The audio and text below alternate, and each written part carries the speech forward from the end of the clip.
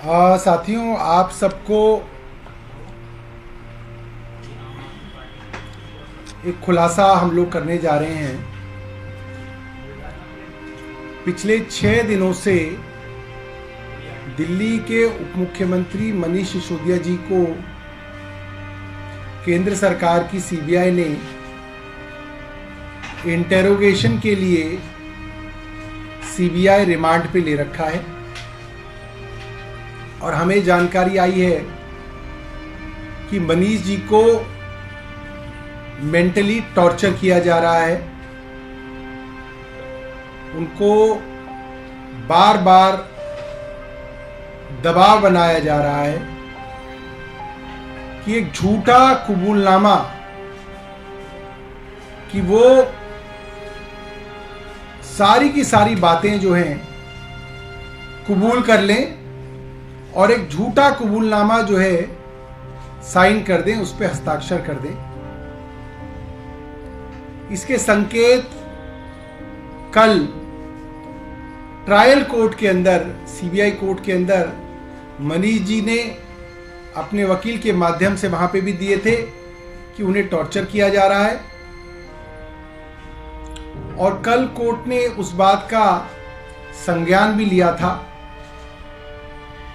और ये बहुत दुर्भाग्यपूर्ण है कि एक ऐसा व्यक्ति जिसने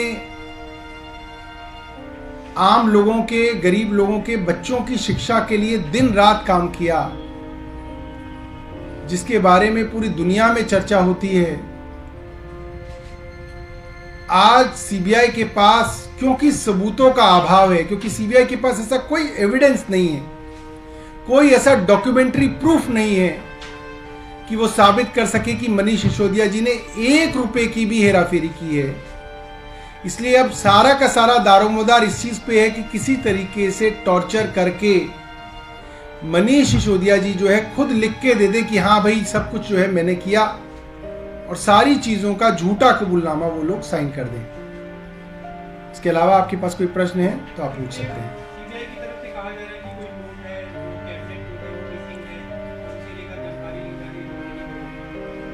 तो एक अजीब सी बात है।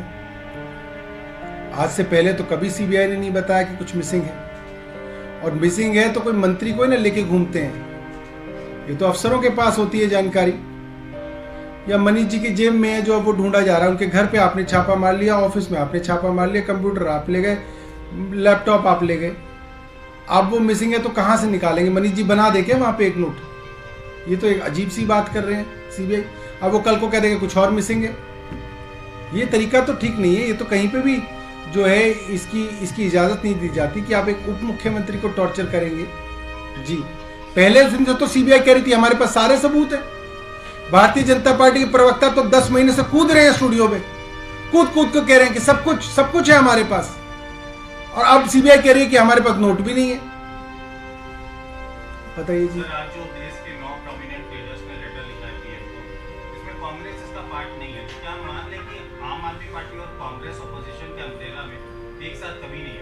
देखिए, कांग्रेस कभी भी अपोजिशन के साथ नहीं खड़ी हुई। कांग्रेस का इतिहास रहा है, जब अदानी और हिंडनबर्ग के मामले में सारी अपोजिशन पार्टीज एक तरफ थी कि सरकार को बजट सेशन में कॉर्नर करना है, तो कांग्रेस पार्टी ने ही अपोजिशन यूनिटी तोड़ते हुए उस सेशन को आगे चलने दिया और केंद्र सरकार को जो है एक तरीके से सेफ पैसेज दिया।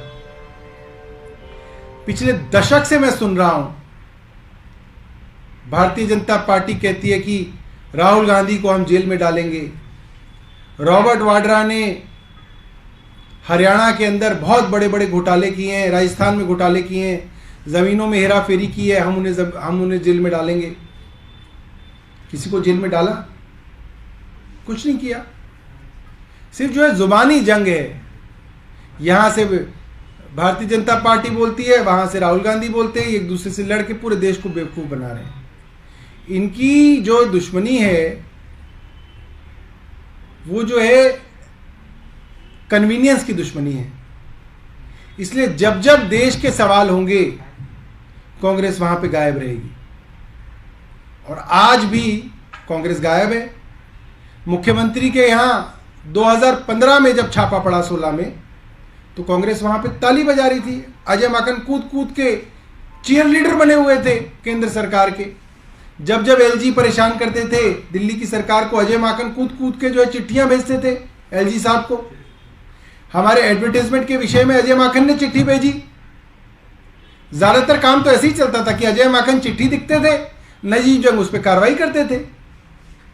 फिर पुडुचेरी के अंदर जब कांग्रेस को समझ में आया, तब तक बात आगे निकल गई थी। फिर तो अब हर गवर्नर चुने हुए मुख्यमंत्री को परेशान कर रहा है। तमिलनाडु में स्टैलिन साहब को परेशान कर रहे हैं, तेलंगाना में केसीआर को परेशान कर रहे हैं, पंजाब में भगवंत साहब को परेशान कर रहे हैं, बंगाल के अंदर टीएमसी में जो है गवर्नर साहब परेशान करते करते उपराष्ट्रपति बन गए।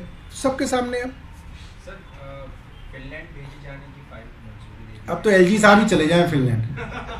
उनको हमारी तरफ से है मुबारक, हमें कोई फाइल भी साइन नहीं करनी, हमारी तरफ से एलजी साहब घुमाएं फिनलैंड। क्या क्या आपत्तियां हैं उसमें? आपत्तियां तो एलजी साहब को थी पिछले 4-5 महीने से। अब बच्चों के फाइनल पेपर चल रहे हैं, अब कह रहे हैं फिनलैंड चले जाए। क्या अजीब बात है। और क्या तर्क दिया एलजी साहब ने, हर जोन से एक टीचर होना चाहिए। एलजी साहब जो तर्क देते हैं, उन तर्कों के तराजू में अपनी नैतिकता को भी तो तोलें। अभी कुछ दिनों पहले एलजी साहब ने 10 एल्डरमैन नियुक्त किए हैं एमसीडी में। हर जोन से किया उन्होंने नियुक्त। अगर तर्क की बात करते हैं, नैतिकता की बात करते हैं, और सही में वो जो है इसके अंदर कुछ उनका ये उद्देश्य था कि जो है इक्विटेबल डिस्ट्रीब्यूशन हो, तो बता दें एलजी साहब। 12 जोन है दिल्ली के अंदर एमसीडी में, 10 एल्डरमैन दिए उन्होंने, किए उन्होंने डिस्ट्रीब्यूट? नहीं किए। कैसे डिस्ट्रीब्यूशन किया उन्होंने? जहां जहां भारतीय जनता पार्टी को जोन कमेटी के अंदर वोटों की जरूरत थी, वहां वहां एल्डरमैन डाल दिए। हमें नैतिकता सिखा रहे हैं, नैतिकता पे टीले पे चढ़ के मैं आईना दिखा रहा हूं एलजी साहब को। एलजी साहब जवाब दें इसका, समझाएं मुझे कि किस तर्क के हिसाब से उन्होंने एल्डरमैन दिए थे और क्यों नहीं उन्होंने जोन में उसको डिस्ट्रीब्यूट किया। बताएं एलजी साहब। एनसीपीसीआर का जो लेटर था, एनसीपीसीआर ने जो नोटिस इशू किया था, उस पे दिल्ली बच्चों वाले बात करिए, बच्चों वाले मामले पे आतिशी राघव चड्ढा और संजय राउत। भैया मैं तो एक ही चीज जानता हूं, बेबी बियर पी के नाचे छम छम छम छम छम। गूगल पे देख लीजिए बेबी का मतलब क्या होता है। बेबी का मतलब होता है शिशु, छोटा बच्चा। किसी के घर में छोटे बच्चे इस गाने को सुनेंगे क्या सोचेंगे? अच्छा, मतलब छोटे बच्चे बियर पी के नाचे छम छम छम। और कौन कह रहा है?